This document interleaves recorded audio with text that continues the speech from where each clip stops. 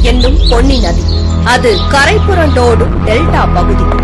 எண்ணெய், எரிவாயு, methane, hydro carbon இப்படி ஏகப்பட்ட பேராபத்துகளை திமுகவினால் டெல்டா எதிர்கொள்ள வேண்டி வந்தது.